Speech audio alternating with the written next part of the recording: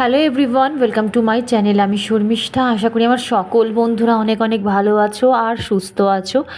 আর আজকে হচ্ছে শ্রাবণ মাসের দ্বিতীয় সোমবার। তো আমি জানি আমার পুজো ঘরে আজকে অনেকটা সময় লাগবে, ওই জন্য আজকে দেরি না করে একদম সকাল সকাল ঘুম থেকে উঠে গেছি। তারপর মেয়ের স্কুলও আছে, এদিকটাও সামলাতে হবে।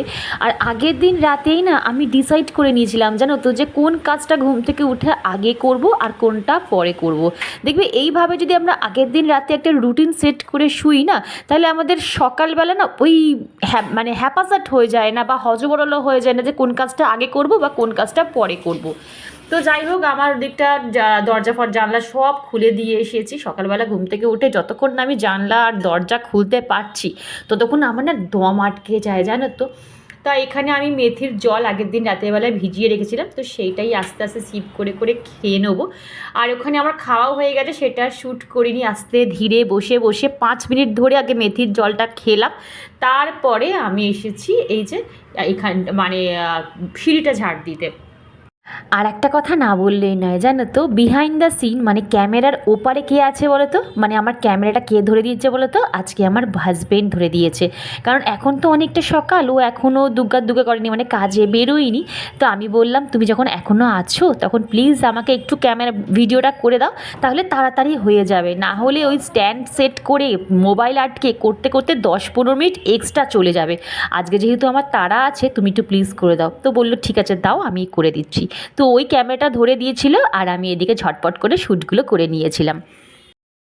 আগের দিন না এই সোফা কভার কুশন কভারগুলো না সব কেচে দেওয়া হয়েছিল, জানো তো। কারণ রবিবার দিন মোটামুটি আমাদের এখানে ভালোই রোদ ছিল, ততটা বৃষ্টি হয়নি, হয়েছিল ওই দুপুরের পর থেকে। আর পুরো খড়খড়ে করে শুকিয়ে গেছে। এখন রোদ দেখলেই মনে হয় যা যা আছে সব কেচে দিই। আসলে আমার তো ওয়াশিং মেশিন নেই, জানো তো। এখন তো সব ওয়াশিং মেশিনে মানে অনেক রকম সিস্টেম বেরিয়েছে, যে প্রায় 80% পুরো ড্রাই হয়ে মানে শুকিয়ে জামা কাপড় বেরোবে, তারপর যা 10% বাকি থাকবে সেগুলো ফ্যানের তলায় দিলেই পুরো শুকিয়ে যাবে। তো আমার তো আর সেই ফ্যাসিলিটিটা নেই, আমাকে পুরোটাই কিন্তু সানলাইটেই ড্রাই করতে হয়। সূর্য না উঠলে ওই এখানে ওখানে ঝুলঝুল করে, তোমরা তো জানো, সেখানেই আমাকে পুরো ঝুলি দিতে হয়। তখন আমার ভিডিও করতে না খুব কষ্ট হয়, মানে কোন জিনিসটা দেখাবো আর কোন দিকটা দেখাবো না, আমি সেটাই বুঝে উঠতে পারি না। আমাকে আগের ভিডিওতে আমার এক বন্ধু, ওর নাম মৌটুসি, ও আমায় কমেন্ট করে বলেছিল আমি তো এই কাপেই চা খাই, কালো কাপে চা খাই, তার উপর ব্ল্যাক টি, কিছুই বোঝা যায় না যেটা কি খাচ্ছি।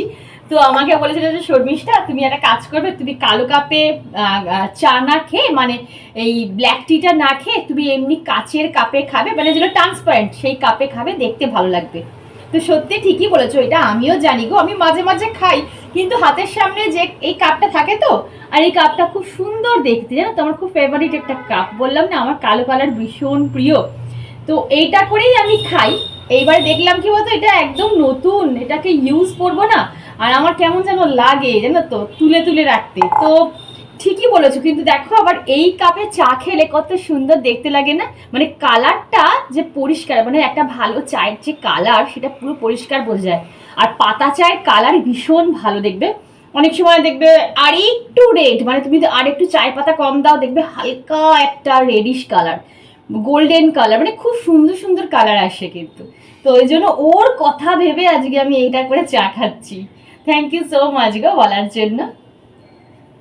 চলো, আর আজকে তো সোমবার, তোমরা জানো আমি সোমবার করি, কিন্তু কি বলতো, একদম নির্জলা আমি করতে পারি না, মানে একদম জল না খেয়ে কিছু না খেয়ে আমি করতে পারি না, বিশ্বাস করো। কারণ সবচেয়ে বড় কথা, আমার গল ব্লাডার অপারেটেড, মানে গল ব্লাডার বাদ চলে গেছে, অপারেশন হয়ে গেছে।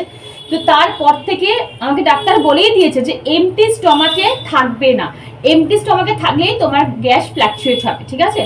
তখন আমার অনেক সমস্যা হয়, বমি পায়, গা গোলায়, মাথা ঘোরে, শরীর কেমন টালমাটাল করে, আমি বুঝি যে আমার গ্যাস হচ্ছে।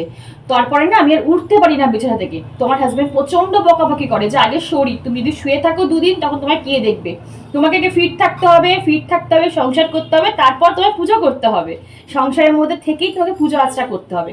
তো আমি ঠিকই তো। আর সত্যি কথা বলতে গেলে, তুমি কি খেয়ে না খেয়ে পুজো করছো সেটা বড় ম্যাটার করে না, বিশ্বাস করো। কারণ আমার কাছে মনে হয় মনের ভক্তিটা, আমি মন থেকে ঈশ্বরের কতটা ভক্তি ভরে ডাকতে পারছি, তার আরাধনা করতে পারছি, এটাই আমার কাছে মেন। বিশ্বাস করো, কি খেলাম কি খেলাম না সেটা আমার কাছে ম্যাটার করে না এখন। আগে এইসব অনেক ভাবতাম, বাট এখন এগুলো ভাবি না, জানো তো। কারণ সত্যি এখন আমাদের মেন সম্পদ হচ্ছে মানে স্বাস্থ্য। আমি আবার বলতে গেলে বেশি বলে ফেলি।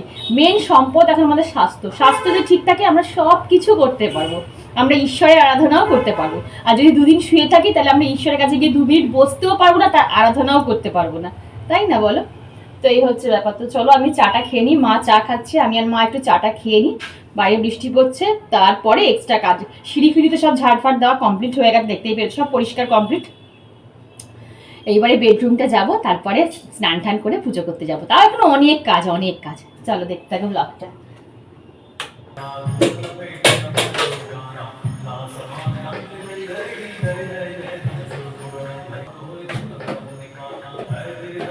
আমাকে অনুরাধা বলেছিল যে এই বালতিটা দেখে হঠাৎ করে আমার একটা কমেন্টের কথা মনে পড়ে গেল। আমার এক বন্ধু আমায় কমেন্ট করে বলেছিল যে শর্মিষ্ঠা, তোমার এই বালতিটা মানে ঘর মোছার বালতিটা ভীষণ কিউট। হ্যাঁ গো, এটা স্টিলের, ছোট তো ঘর মুছতে খুব সুবিধা হয়। আর আমার না ছোটো ছোটো জিনিসের ওপর একটা আলাদা অ্যাট্রাকশন রয়েছে, জানো তো। তো ওই জন্য আমার এটাকে আমি শুধুমাত্র ঘর মোছার জন্য ইউজ করি। এখন ঘড়িতে বাজে 10টা। আমার সব কাজকর্ম কমপ্লিট হয়ে গেছে। আজকে তো রান্না বান্নার অতটা হ্যাপা নেই, আর আমি শুধু বসে আছি আমার হাজব্যান্ডের জন্য ওয়েট করে। কারণ ও এখনও ফুল মালা মিষ্টি কিচ্ছু আনিনি বাজার থেকে। কারণ কি বলতো, এত পরিমাণে বাইরে বৃষ্টি হচ্ছে যে পুরো আটকে গেছে। আমাকে ফোন করে বললো যে শুধু আমি বৃষ্টির জন্য আটকে গেছি, 10-15 মিনিট দেরি হবে। এবারে আমি যে স্নান করে বসে থাকবো, এটা আমার কেমন লাগে। মানে স্নান করে যদি ঠাকুর ঘরে ঢুকতে না পারি, আমার মাথা আগুন হয়ে যায়। ওই স্নান করে এখানে বসবো ওখানে বসবো, একটা কেন অস্বস্তি হয় না, ওই জন্য আমি স্নানও করতে যেতে পারছি না। ও আসবে তখনই আমি স্নান করতে যাব। তো ওই জন্যই বসে আছি, নাহলে আমার এতক্ষণে পুজো কমপ্লিট হয়ে যেত, জানো। কিছু করার তো নেই। তো চলো এখন বসে থাকি। আরেকবার মা চা করলো, চা খাই। আর বাইরে মুষলধারে বৃষ্টি, দাঁড়াও তোমাদের ব্যাক ক্যামেরায় দেখাই, তাহলে তোমরা বুঝতে পারবে কি জোরে বৃষ্টি হচ্ছে। শুধু বৃষ্টি দেখো, কি মুষলধারে বৃষ্টি। একটু যে মন্দিরে যাবো তারও উপায় নেই, দেখেছো কি জোরে বৃষ্টি হচ্ছে। দেখো তো এই বৃষ্টিটা, বুঝছো।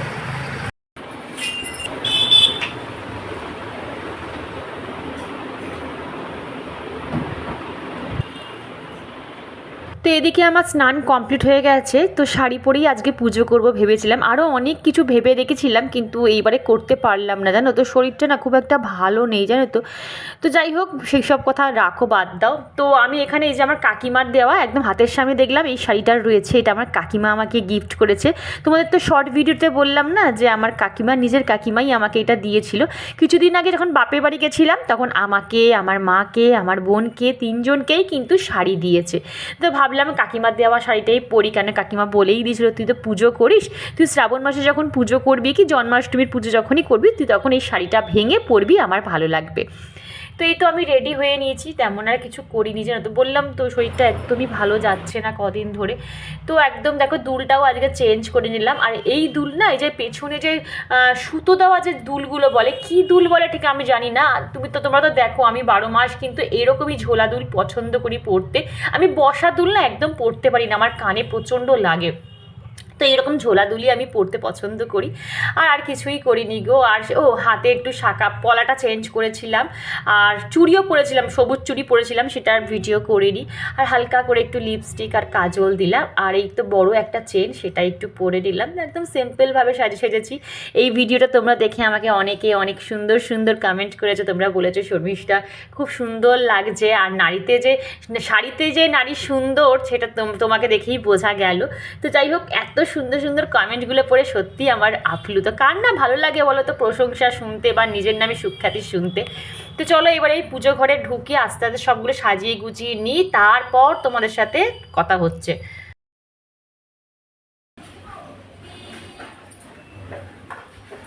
আচ্ছা, প্রথমেই বলি এটা তো একটা ভিডিও, তো ভিডিওতে অনেক কিছু ক্লিপিংস কাটছাট করে এডিট করে তারপরে একটা ভিডিও প্রস্তুত করতে হয়। তো আমারও না যখন ভিডিও করেছি তখন অনেক কিছু কেটে ছেটে বা অনেক কিছু কেটে গেছে আমার অজান্তেই, তো সেই করে আমি ভিডিওটা করেছি। তো এখানে যদি তোমরা কিছু বুঝতে না পারো আমাকে বলো, আমি কমেন্টে মানে আনসার দিয়ে দেবো। বাট অনেক কিছু কিন্তু বাদ চলে গেছে, এইটা তোমাদের বলতে পারি। আর ওভারঅল একটা কথা বলবো যে আমি কিন্তু ফেসবুক বলো ইউটিউব দেখে আমি কোনোরকম পুজো আচরা শিখিনি। শিখিনি। আমি পুজো শিখেছি আমার ঠাকুমা দিদা যেমন করে পুজো করতো তেমনই শিখেছি। কারণ এখন ফেসবুক আর ইউটিউব ঘাঁটলে নিত্য নতুন অনেক নিয়ম কানুন তোমরা জানতে পারবে। আমি বিশ্বাস করো, আমি বিন্দু মাত্র তাতে ইন্টারেস্ট নই যে ওই সব নিয়ম কানুন দেখে আমি পুজো করব। কারণ আমি জানি যে আমার মা ঠাকুমা দিদিমারা যে প্রসেসে পুজো করে এসছে, আমি ছোটোবেলা থেকে যে প্রসেস ফলো করে এসেছি দেখে এসেছি, আমি সেই প্রসেসেই কিন্তু আমি আমার পুজো আর্চা করে থাকি। ওম নমঃ শিবায়। ফেসবুকে তো একটা রিল দেখে আমি অবাক হয়ে গেলাম। তো বলছে নাকি শ্রাবণ মাসে মহাদেব আর পার্বতীর নাকি মিলন হয়েছিল, মানে বিবাহ হয়েছিল। তো আমি এটা প্রথম জানলাম, বিশ্বাস করো। তার আমি যেটা জানি থাকি যে শ্রাবণ মাসে বাবার মাথায় জল ঢালার একটাই কারণ হচ্ছে, কারণ সমুদ্র মন্থনের সময় যে বিষ উঠে এসেছিল, গরল উঠে এসেছিল, সেটা মহাদেব তার নিজের গলায় ধারণ করেছিলেন। তারপর যখন তার সারা শরীরটা বিষে নির্বন্ন হয়ে গেছিলো, তখন সব দেবতারা তাকে ঠান্ডা করার জন্য তার মাথায় জল ঢেলেছিল। জানি না আমি ঠিক কিনা, তোমরাই আমার এখানে অনেক বয়োজ্যেষ্ঠ দিদিরা আছো, আমার থেকে অনেক বেশি জানবে, তোমরাই আমায় কমেন্ট করে বলো যে আমি ঠিক বললাম না ভুল বললাম। আসলে কী জানো তো, যখন আমরা ভিডিও বানাই, কোনো ইনফরমেশান দেওয়ার কোনো ভিডিও বানাই, তখন সেটার সম্বন্ধে পুরো জ্ঞান অর্জন করেই তবে ভিডিও বানাতে হয়। বা এডিটের সময় যখন আমরা ভয়েস এডিট যখন করছি, তখনও দেখে নিতে হয় বারবার করে যে আমরা ঠিক বললাম না ভুল বললাম। আসলে কি জানো তো, অনেক মানুষ তো এখানে দেখে ভিডিও, তো মানুষ যখন ভিডিওটা দেখছে তখন মানুষ বিভ্রান্ত হয়ে পড়ে যে কোনটা ঠিক কোনটা ভুল। আমরা নিজেরা আমাদের নিজেদের ভিউজের জন্য বা নিজেদের রিচ বানানোর জন্য আমরা তো অন্য মানুষের ক্ষতি করতে পারি না, তাই না? দেখো, আমার এখানেও পুজোতে অনেক ভুল ভ্রান্তি হতেই পারে, মানুষ মাত্রই ভুল হতে পারে, কিন্তু আমি এখানে কোনো ইনফরমেশান দিইনি বা আমি বলিনি তোমাদের যে এইভাবে পুজো করো, এইটা অর্পণ করো, সেটা অর্পণ করো, আমি কিন্তু বলিনি। আমি আমার মতন করে পুজো করে গেছি আর আমার মতন করে আমি ভয়েস ওভার দিয়ে যাচ্ছি। হ্যাঁ, আমার যদি কোনো ভুল হয় অবশ্যই তোমরা ভুলটা ধরো, আমি সেটা সংশোধন করে নেবো, কারণ আমি এখনও শিখতে চাই, সঠিক জিনিসটা আমি অবশ্যই শিখতে চাই। তবে হ্যাঁ, কোনো ইউটিউব দেখে কোনো ফেসবুক দেখে আমি কখনোই শিখবো না, কারণ এখানে আমার অনেক বয়োজ্যেষ্ঠ দিদিরা আছে আমাকে গাইড করার জন্য, তারা বললে আমি অবশ্যই শিখে নেব। সত্যি কথা, ফেসবুক ইউটিউব না থাকলে জানতেই পারতাম না যে ঈশ্বরকে পেতে গেলে এত নিয়ম কানুন রয়েছে। বিশ্বাস করো, ঈশ্বর কিন্তু এগুলো বলে যাননি, এগুলো মানুষের দ্বারাই সৃষ্ট নিয়ম, ঠিক আছে? মানে এখন মানুষ কি করছে, একজনের ভিডিও দেখছে, ভিডিও করে কপি করছে, কপি করে নিজের চ্যানেলে পেস্ট করে দিচ্ছে। এতে খাটনিও কম, রিচও অনেক বেশি, ভিউজও বেশি। কারণ মানুষ হচ্ছে কুসংস্কারচ্ছন্ন, মানুষ ভাবে না যে তাদের নিজস্ব ভাবনা দিয়ে ভাবে না যে ঈশ্বর কোনো কিছুতে এইসবে তুষ্ট হন না, যে এইটা অর্পণ করলে, এইটা দিলে, এই সব সাজিয়ে গুজিয়ে দিলে, এত বিলাসিতা করে ঈশ্বরকে পাওয়া যায় না। বিশ্বাস করো, ঈশ্বর তোমার অন্তরে রয়েছে। তুমি অন্তর থেকে যত ভক্তি ভরে ঈশ্বরকে ডাকবে, ঈশ্বর দেখবে একটা বাতাসা আর একটু জল দিয়ে ঈশ্বরকে ডাকবে, দেখবে ঈশ্বর তাতেই তোমায় সাড়া দেবে। কিছু কথা তোমাদের সাথে শেয়ার করে নিলাম, কারণ বড্ড আপন তোমাদের মনে হয় তাই শেয়ার করলাম। যদি আমার কোনো ভুল হয়ে থাকে আমায় কমেন্ট বক্সে জানিও, আমি অবশ্যই সংশোধন করে নেব। আর আমার সিংহাসনটা কেমন লাগছে অবশ্যই কমেন্টে জানিও। আজকে তোমাদের একটা জিনিস আমি দেখাবো, দেখে তোমরা বলবে যে এদের বাড়ন্তটা ঠিক কোথায়। মানে এদের শরীরে কি ভয় বলো কিছু নেই, মানে ভয় বলে কোনো বস্তু নেই, যে ঈশ্বরকে নিয়ে ওরা এইভাবে ছেলে খেলা করছে। মানে আমি হট করে ফেসবুক স্ক্রল করতে করতে আমার কাছে একটা ভিডিও এলো, আমি দেখে না আমি পুরো যে এরা ঈশ্বরকেও ছাড়ছে না। মানে নিজেদের রিচ, নিজেরা ভাইরাল হবে বলে স্বয়ং ঈশ্বরকেও বোধহয় স্বর্গ থেকে তারা টেনে নিয়ে আসতে পারবে। না হলে ভাবো, এই যে রিলটা তোমরা দেখো, জানি না তোমরা কজন দেখেছো, দেখছো আমি জানি না, আমি এটা দেখিয়ে তোমাদের আমি ভিডিও থেকে কপিরাইট পাবো কি না। এই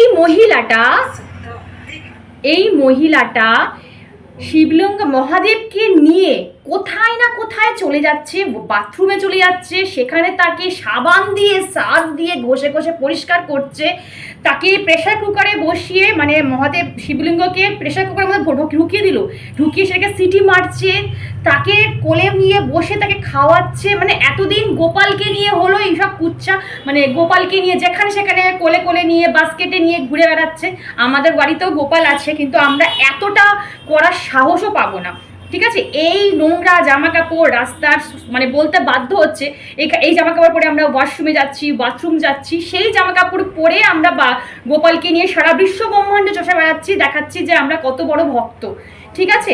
আর এখন হচ্ছে ইনি মহাদেবকে নিয়ে করছেন, ঠিক আছে। মানে কি বলবো আমি, মানে আমার বলার, আমি বাকরুদ্ধ, মানে সামনে পেলে না জাস্ট কিছু বলার নেই। তোমরা এই ভিডিওগুলো দেখবে না, দেখলে মানে আর কি বলবো, মানে আমার গা হাত পা রিড়ি করছে যে স্বয়ং ভগবানকে নিয়েও এরা ভাইরাল হওয়ার জন্য এই রকম করছে। ওয়াশরুমে নিয়ে চলে যাচ্ছে, কিচেনে নিয়ে চলে যাচ্ছে, কোলে বসে খাচ্ছে, তাকে সাবান মাখাচ্ছে, তাকে খাইয়ে দিচ্ছে মহাদেবকে। মানে এতদিন হলো গোপালকে নিয়ে, এখন পড়ছে মহাদেবকে নিয়ে, মানে দেখাচ্ছে যে আমি কত বড় ভক্ত, ঠিক আছে। এইভাবে কতটা নিচে নামা যায় তোমরা শুধু একবার বলবে যে কতটা নিচে নামানো গেলে যে এই রকম ভিডিও করতে এদের হাত কাঁপছে না। মানে আমাদের কানে শোনাটাও পাপ, জানি না ইনি, আমার মনে হচ্ছে ইনি বোধহয় মানসিক ভারসাম্যহীন ছাড়া এটা সম্ভব না, পসিবল নয়। যাই হোক, আমি তোমাদের দেখালাম, জানি না তোমরা কেউ দেখেছো কি না, নিশ্চয়ই দেখেছো, প্রচণ্ড ভাইরাল, হঠাৎ করে আমার কাছে এলো, আমি না পুরো শকড যে এরকম পাবলিকও পৃথিবীতে আছে।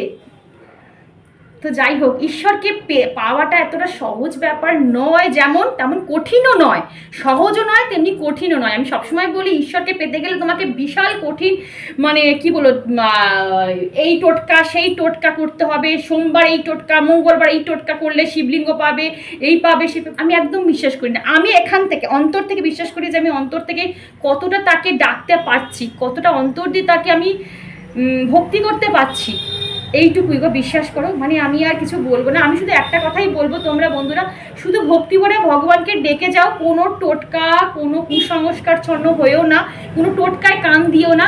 যেমন ভক্তি করে ডেলি তোমরা ডাকতে, ঠিক তেমনি ডাকো, দেখবে ঈশ্বর এমনিই সাড়া দেবে। তো এই হচ্ছে ব্যাপারটা, দেখালাম তোমাদের, কিছু মাইন্ড করো না, কারণ আমি ভাবছিলাম যে আমি আমার বন্ধুদের সাথেও দেখাই যে দেখো কোথায় মানুষ নেমেছে, একটু ভাইরাল হওয়ার জন্য, একটু রিচ পাওয়ার জন্য, একটু অর্থ উপার্জন করার জন্য মানুষ কোথায় নেমে গেছে, আর কিছু বলার নেই। তো চলো, আমি আবার মায়ের ঠাকুরকে খেতে দিয়েছি, এবার আমি বাইরে যাব, ঠিক আছে। চলো মাছ রিয়া, টাটা।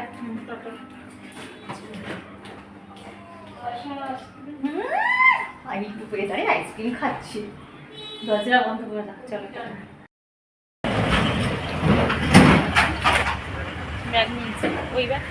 এখন ঘড়িতে বাজে 3:10 মতন। তো আমাকে একটু দরকারি কাজে বেরোতে হবে, 3:30 মধ্যে আমাকে একটা জায়গায় পৌঁছাতে হবে। যেহেতু আমার বাড়ির থেকে 15 মিনিটের রাস্তা, ওই জন্য 3:10 বেরোলাম, ঠিক টাইমেই পৌঁছে যাব।